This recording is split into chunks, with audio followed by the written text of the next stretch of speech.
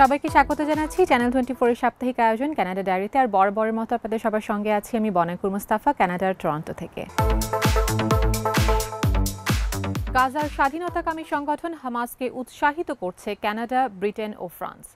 এক বক্তব্যে দেশ তিনটির নেতাদের বিরুদ্ধে এই অভিযোগ আনেন ইসরায়েলি প্রধানমন্ত্রী বেনিয়ামিন নেতানিয়াহু। এর আগে গাজায় বর্বরতা বন্ধ না হলে তেল আভিভের বিরুদ্ধে কঠোর পদক্ষেপের হুঁশিয়ারি দেয় এই তিন দেশ। ফিলিস্তিনের গাজা ও অধিকৃত পশ্চিম তীরে ইসরায়েলের কর্মকাণ্ডের নিন্দা জানিয়ে সম্প্রতি ফ্রান্স ও ব্রিটেনের সাথে যৌথ বিবৃতি দিয়েছে কানাডা, যাতে ইসরায়েল প্রশ্নে দেশটির নতুন সরকারের অবস্থান পরিবর্তনের ইঙ্গিত দিচ্ছে। বিবৃতিতে গাজাবাসীর দুর্ভোগকে তারা অসহনীয় ও ইসরায়েলের দেয়া সীমিত সহায়তাকে সম্পূর্ণ অপর্যাপ্ত বলে উল্লেখ করেছে। ইসরায়েলি প্রধানমন্ত্রী বেনিয়ামিন নেতানিয়াহুর কার্যক্রমকে অতিমাত্রায় অসম ও জঘন্য বলে উল্লেখ করা হয়েছে এই যৌথ বিবৃতিতে। ইসরায়েল এখন পর্যন্ত গাজায় প্রায় ৫৪,০০০ ফিলিস্তিনিকে হত্যা করেছে। চিকিৎসা বিষয়ক সাময়িকী দ্য ল্যান্ডসেটের প্রতিবেদনে উল্লেখ করা হয়েছে এই সংখ্যার বাইরে আরও অনেক ফিলিস্তিনি রয়ে গেছেন। সুতরাং গাজায় নিহত মানুষের সংখ্যা আরও বাড়তে পারে। এই তিন দেশের বিবৃতিতে বলা হয়েছে তারা গাজা পরিস্থিতি নিয়ে চুপ করে থাকবে না এবং পশ্চিম তীরে বসতি স্থাপনকারী ইসরায়েলি দখলদারদের হামলা ও ফিলিস্তিনি বাড়িঘর ধ্বংসের প্রতিক্রিয়ায় সুনির্দিষ্ট নিষেধাজ্ঞা সহ আরও পদক্ষেপ নিতে পিছপা হবে না তারা। তিন দেশের এই বিবৃতি নিয়ে প্রতিক্রিয়া জানিয়েছে স্বাধীনতাকামী গোষ্ঠী হামাস। তারা এটিকে আন্তর্জাতিক আইনের নীতিমালা পুনরুদ্ধারের পথে একটি গুরুত্বপূর্ণ পদক্ষেপ বলে উল্লেখ করেছে। হামাস বলেছে এই নীতিমালা নেতানিয়াহুর সন্ত্রাসী সরকার অগ্রাহ্য করে যাচ্ছে। গত বুধবার ইউরোপীয় প্রতিনিধি দলের সঙ্গে ৪ কানাডীয় কূটনীতিক অধিকৃত পশ্চিম তীর সফরে গেলে ইসরায়েলি সৈন্যরা তাদের ওপর গুলি চালান। এর প্রতিক্রিয়ায় কানাডা পূর্ণাঙ্গ তদন্ত ও তাৎক্ষণিক ব্যাখ্যা দাবি করেছে। তারা এই ঘটনাটিকে সম্পূর্ণরূপে অগ্রাহ্য বলে উল্লেখ করেছে। তবে অনুপাত ছাড়া আর কিছুই দিতে পারেনি ইসরায়েল। ফরাসি প্রেসিডেন্ট ইমানুয়েল ম্যাক্রো অনেক দিন ধরেই ইসরায়েলের সমালোচক। যুক্তরাজ্যের প্রধানমন্ত্রী কিয়ার স্টারমার এই সপ্তাহে ইসরায়েলের সঙ্গে বাণিজ্য আলোচনা স্থগিত করেছেন এবং ইসরায়েলি বসতি স্থাপনকারীদের বিরুদ্ধে নিষেধাজ্ঞা আরোপ করেছেন। অন্যদিকে কানাডা আগে ইসরায়েলের সমালোচনা করলেও তা সাধারণত খুব সংযত এবং যুক্তরাষ্ট্রের অবস্থানের সঙ্গে মিল রেখে চলেছে। তবে এখন বদলেছে সে পরিস্থিতি। তবে এর প্রতিক্রিয়ায় পাল্টা ইউরোপের এই দেশ তিনটিকেই দুষছেন কসাই নেতানিয়াহু। এক বক্তব্যে দেশ তিনটির নেতাদের বিরুদ্ধে হামাসকে সমর্থনের অভিযোগ আনেন ইসরায়েলি প্রধানমন্ত্রী বেনিয়ামিন নেতানিয়াহু। তিনি বলেন, গাজার স্বাধীনতাকামী সংগঠন হামাসকে উৎসাহিত করছে কানাডা, ব্রিটেন ও ফ্রান্স। নেতানিয়াহুর দাবি, পশ্চিমা দেশগুলোর এ পদক্ষেপ হামাসকে চূড়ান্ত পুরস্কার দেওয়ার শামিল। বরং শান্তি অগ্রসর করার বদলে ফ্রান্সের প্রেসিডেন্ট ইমানুয়েল ম্যাক্রো, ব্রিটিশ প্রধানমন্ত্রী কিয়ার স্টারমার ও কানাডার মার্ক কার্নির বিবৃতি হামাসকে আরও উস্কে দিচ্ছে বলে দাবি করেন তিনি। মার্কিন প্রেসিডেন্ট ডোনাল্ড ট্রাম্পের প্রস্তাবিত গোল্ডেন ডোম ক্ষেপণাস্ত্র প্রতিরক্ষা ব্যবস্থায় যুক্ত হতে আগ্রহী কানাডা। এ বিষয়ে যুক্তরাষ্ট্রের সাথে উচ্চ পর্যায়ের আলোচনা চলছে বলে জানান প্রধানমন্ত্রী মার্ক কার্নি। আগামী ৩ বছরের মধ্যে এই কার্যক্রম সম্পন্ন করতে চান তিনি। নিজস্ব ক্ষেপণাস্ত্র প্রতিরক্ষা ব্যবস্থা গোল্ডেন ডোম তৈরি করতে যাচ্ছে যুক্তরাষ্ট্র। এরই মধ্যে এর একটি নকশা নির্বাচন করেছেন দেশটির প্রেসিডেন্ট ডোনাল্ড ট্রাম্প। চীন ও রাশিয়ার হুমকি প্রতিহত করার লক্ষ্যে ১৭,৫০০ কোটি ডলারের এই উচ্চাভিলাষী প্রকল্পের নেতৃত্ব দিতে একজন স্পেস ফোর্স জেনারেলও নিয়োগ দিয়েছেন তিনি। যুক্তরাষ্ট্রের এই ক্ষেপণাস্ত্র প্রতিরক্ষা ব্যবস্থার আওতায় আসতে চায় প্রতিবেশী দেশ কানাডা। তেমনটাই ইঙ্গিত মিলেছে দেশটির প্রধানমন্ত্রী মার্ক কার্নির এক বক্তব্য থেকে। কার্নি জানান, ট্রাম্পের প্রস্তাবিত গোল্ডেন ডোম ক্ষেপণাস্ত্র প্রতিরক্ষা ব্যবস্থায় অংশ নিয়ে যুক্তরাষ্ট্রের সঙ্গে উচ্চ পর্যায়ের আলোচনা শুরু করেছে তার দেশ। ট্রাম্প গেল জানুয়ারিতে এ প্রকল্প শুরু করার প্রথম আদেশ দেন। প্রাথমিক লক্ষ্য হল শত শত উপগ্রহ মিলে একটি নেটওয়ার্ক তৈরি করা, যা ধেয়ে আসা ক্ষেপণাস্ত্র শনাক্ত, অনুসরণ ও সম্ভব হলে তা প্রতিহত করতে পারবে। সম্প্রতি মার্কিন প্রেসিডেন্টের নকশা নির্বাচনের বিষয়টি গণমাধ্যমকে জানান। পরদিনই এক সংবাদ সম্মেলনে কানাডার প্রধানমন্ত্রী কার্নি বলেন, যুক্তরাষ্ট্রের সাথে যৌথ বিনিয়োগের মাধ্যমে গোল্ডেন ডোম প্রকল্পে অংশ নিতে আগ্রহী কানাডা। জানান বিষয়টি তারা গুরুত্বের সাথে বিবেচনা করছে এবং উচ্চ পর্যায়ে এটি নিয়ে শুরু হয়েছে আলোচনাও। গোল্ডেন ডোম তৈরি করা হবে ক্ষেপণাস্ত্র প্রতিরক্ষা ব্যবস্থা, ব্যালিস্টিক ক্ষেপণাস্ত্র, হাইপারসোনিক ও ক্রুজ ক্ষেপণাস্ত্র এবং ড্রোন থেকে সুরক্ষার জন্য। প্রেসিডেন্ট ট্রাম্প তার ক্ষমতার মেয়াদ শেষ হওয়ার আগেই অর্থাৎ আগামী ৩ বছরের মধ্যে এটি কার্যকর করতে চান। তবে এক্ষেত্রে প্রযুক্তিগত ও রাজনৈতিক জটিলতাও রয়েছে। কানাডার প্রধানমন্ত্রী কার্নি মনে করেন, যুক্তরাষ্ট্রের মতো কানাডার জন্য একই ধরনের হুমকি রয়েছে। তার মতে খুব দূর ভবিষ্যতে নয়, খুব শিগগিরই মহাকাশ থেকেও আসতে পারে এমন হামলা। কানাডা ও যুক্তরাষ্ট্র উত্তর আমেরিকান আকাশ প্রতিরক্ষা চুক্তি নোরাডের মাধ্যমে দীর্ঘদিনের প্রতিরক্ষা অংশীদার হলেও সম্প্রতি দুই দেশের সম্পর্ক কিছুটা শীতল। এই প্রেক্ষাপটে কানাডা বাণিজ্য ও নিরাপত্তা সহযোগিতা আরও বৈচিত্র্যময় করার পথে হাঁটছে। হার্ভার্ড ইউনিভার্সিটি ইস্যুতে উত্তেজনা বিরাজ করছে পুরো ইউএসএ জুড়ে। প্রেসিডেন্ট ডোনাল্ড ট্রাম্পের হুঁশিয়ারি, সেখান থেকে আদালতের হস্তক্ষেপ, বিষয়টি গড়িয়েছে বহুদূর। এ বিষয়ে বিস্তারিত জানাতে আমাদের সঙ্গে যুক্ত হচ্ছেন সাংবাদিক শওকত আলী সাগর। কথা বলছি তার সাথে। ধন্যবাদ বনাঙ্কুর। কেবল হার্ভার্ড বিশ্ববিদ্যালয় নয়, মার্কিন যুক্তরাষ্ট্রের প্রায় সবকটি উচ্চশিক্ষা প্রতিষ্ঠান, বিশেষ করে বিশ্ববিদ্যালয়গুলো এখন ডোনাল্ড ট্রাম্পের ক্র্যাকডাউনের শিকার হচ্ছে।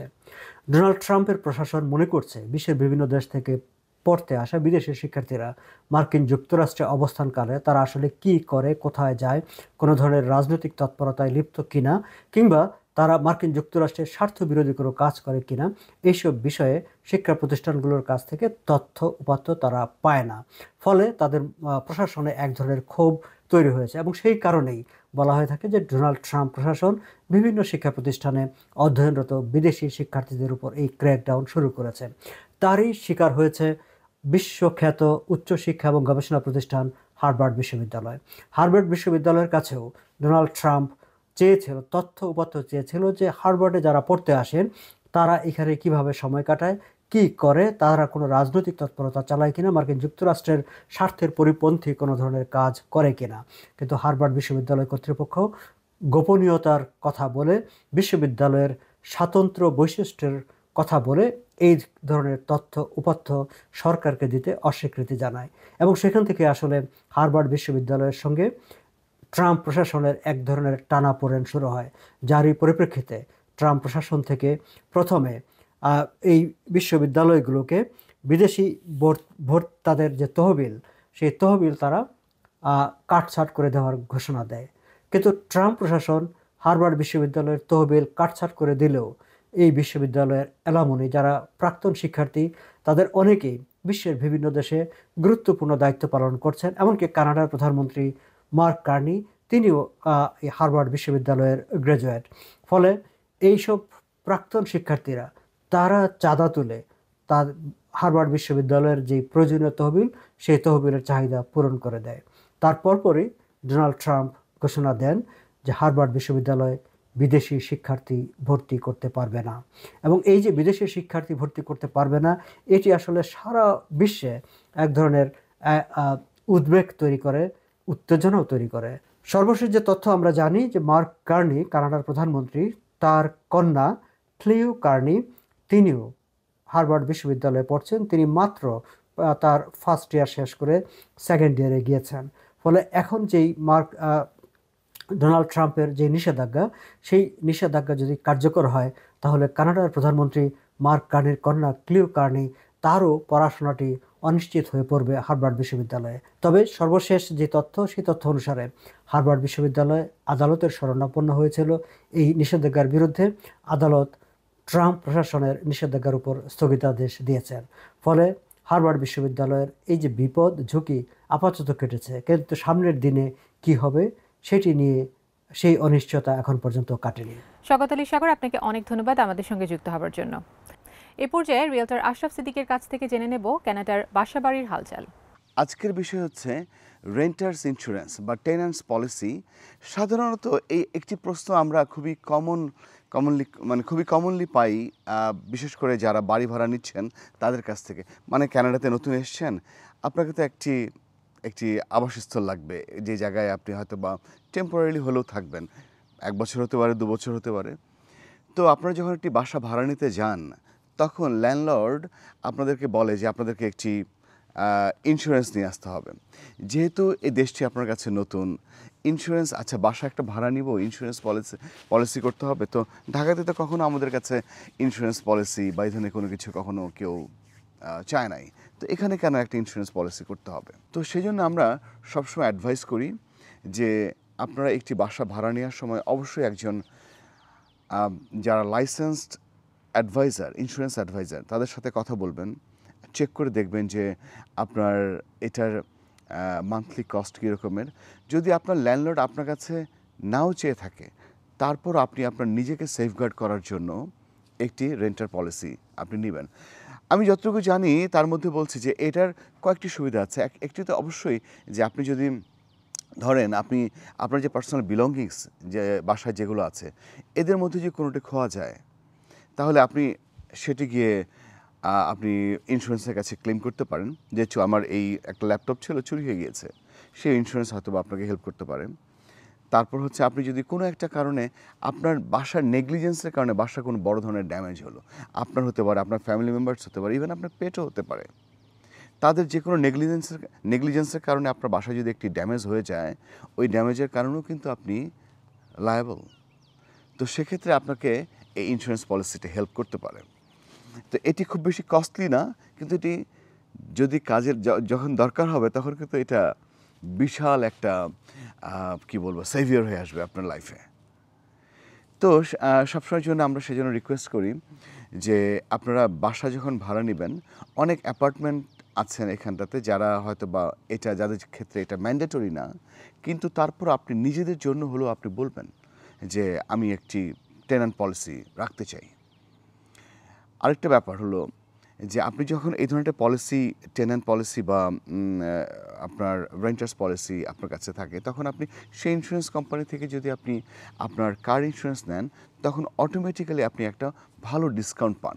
সেই ডিসকাউন্টটা আবার আপনার এই কস্টটা অনেকটা কমিয়ে দিবে, এই মান্থলি এক্সপেন্ডিচার এই রেন্টার ইন্স্যুরেন্সের অনেক কমিয়ে ফেলবে। এটিও একটি বাড়তি সুবিধা। আশরাফ সিদ্দিক, আপনাকে অনেক ধন্যবাদ আমাদের কানাডার রিয়েল এস্টেট মার্কেট সম্পর্কে জানাবার জন্য। দর্শক, বিশ্বের যে কোনো দেশের মতোই গেল সপ্তাহটি বাংলাদেশের জন্য ছিল ঘটনাবহুল। চলুন দেখে আসি গেল 7 দিনে বাংলাদেশে ঘটে যাওয়া আলোচিত কিছু খবর। গেল 7 দিনে দেশের অন্যতম ভোগান্তির নাম ছিল যানজট, যার পেছনে অন্যতম কারণ রাজধানীর গুরুত্বপূর্ণ সড়কগুলোতে যান চলাচল বন্ধ রেখে আন্দোলন কর্মসূচি। নগরীতে যার রেশ ছিল সপ্তাহভর, বেশিরভাগ সময়ে ঘুরেনি গাড়ির চাকা, ঘন্টার পর ঘন্টা থাকতে হয়েছে ঠাই দাঁড়িয়ে। পরিস্থিতি এতটাই ভয়াবহ ছিল যে যেন পায়ে হেঁটে যাওয়ারও উপায় নেই। এটা চরম ভোগান্তি এবং এই ধরনের আন্দোলনের কোনো মানে হয় না সাধারণ জনগণকে জিম্মি করে। এর সাথে যোগ হয়েছে বৃষ্টির বিড়ম্বনা। সব মিলিয়ে সপ্তাহের শেষ দিকে একরকম স্থবির ছিল ঢাকার রাস্তাগুলো। কর্মজীবী মানুষ, পরীক্ষার্থী, হাসপাতালের রোগী বহন করা অ্যাম্বুলেন্স, ভোগান্তি পোহাতে হয়েছে পথের প্রায় সবাইকেই। রাস্তাঘাট অবরুদ্ধ করে আন্দোলন না করার জোর দাবি ছিল ভুক্তভোগী মানুষের কণ্ঠে। এই সপ্তাহেই দেশজুড়ে লেগেছে ঈদের আমেজ। উৎসব বিনা বাধায় সম্পন্ন করতে বদ্ধপরিকর সরকারও। কোরবানি সম্পর্কিত বিষয়গুলোর সুষ্ঠু ব্যবস্থাপনায় বাণিজ্য উপদেষ্টার নেতৃত্বে 17 সদস্যের উচ্চ পর্যায়ের কমিটি করেছে সরকার। সচিবালয়ে অনুষ্ঠিত হয় কমিটির প্রথম বৈঠক। সার্বিকভাবে কোরবানির ব্যবস্থাপনা। প্রায় 1.5 ঘন্টার সভা শেষে বাণিজ্য উপদেষ্টা জানান, চামড়ার উপযুক্ত মূল্য নিশ্চিতে নির্দেশ দিয়েছেন প্রধান উপদেষ্টা। আভাস দেন গতবারের চেয়ে এবার বাড়বে দাম। মাননীয় প্রধান উপদেষ্টা ব্যক্তিগতভাবে আমাদেরকে নির্দেশ দিয়েছেন যেন আমরা চামড়ার উপযুক্ত মূল্য নিশ্চিত করতে পারি। গেল সপ্তাহে সবার চোখ ছিল জাতীয় নাগরিক পার্টির সংবাদ সম্মেলনে। গণ অভ্যুত্থানের আকাঙ্ক্ষা ঠিক করে বিচার সংস্কার, জুলাই ঘোষণাপত্র ও নির্বাচনের বিষয়ে সরকারের সুনির্দিষ্ট অবস্থান জানতে চান দলটির আহ্বায়ক নাহিদ ইসলাম। এবং বিচার সংস্কার এবং নির্বাচন এই তিনটিরই রোডম্যাপ একসাথে প্রকাশ করা উচিত, তাহলে জনমনে এবং সকল রাজনৈতিক দলগুলোর মধ্যে এক ধরনের স্বস্তি তৈরি হবে, আস্থার জায়গা তৈরি হবে। ফলে আমাদের অন্তর্বর্তী সরকারের প্রতি আহ্বান, জুলাই ঘোষণাপত্র এবং বিচার সংস্কার এবং নির্বাচনের রোডম্যাপ একত্রে ঘোষণা করা এবং সব পক্ষের সাথে আলোচনা করে একটা সুষ্ঠু সমাধানের দিকে যাওয়া।